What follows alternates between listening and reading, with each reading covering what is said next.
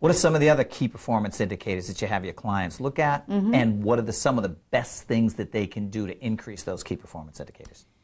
All right, well, the other KPIs that I often look at are things like outreach. Many people are waiting for leads to come in from the web, and that's peachy if you can make a living on leads that come to you from the web. People just contacting you out of the blue, clicking something, and now you've got a lead. That's wonderful. Most people can't do just that. So we look at outreach. What do you do to reach out to people yourself, and how much of your time do you spend on that? Then we look at systematic and methodical follow-up behind that outreach. And for that matter, with leads that you get off the web or through any other means, because we know that systematic, methodical follow-up correlates strongly positively with success in selling.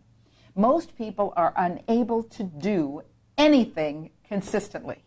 You can say you'll get back to me tomorrow, but if I don't get an email tomorrow, then I know that you don't do what you say either. And I know you do, Pat, but many people can't.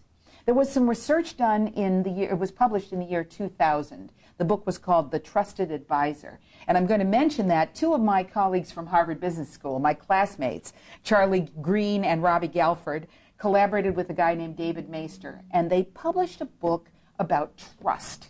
And they said, you think trust is important? Before people buy from you, do they have to trust you? And of course, we all said yes. Well, here's what you have to do to get trust. And they learned that there are 4 elements of trust, 3 of which have to be present for trust to exist, and a 4th which cannot be present because if it's present, it kills the trust.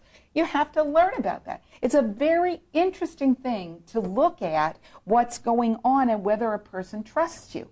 One of the basic elements in building trust is the repeated, emphasis on the word repeated, experience of expectations met. So if we'd only met today, you might say this is a great conversation, but by definition you don't trust me because you had one experience of me. Since we've met before and we've had some email and so forth, you might be starting to trust me, or perhaps not, but you've had some repeated experiences. That's what the follow-up piece is about.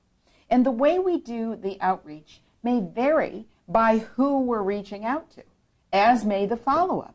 For example, if you have referral sources, people that send you work, then your follow-up pattern may be different with them than it would be with a client, someone who may themselves hire you, prospective client. So we look at all of that, and then of course we look at closed business.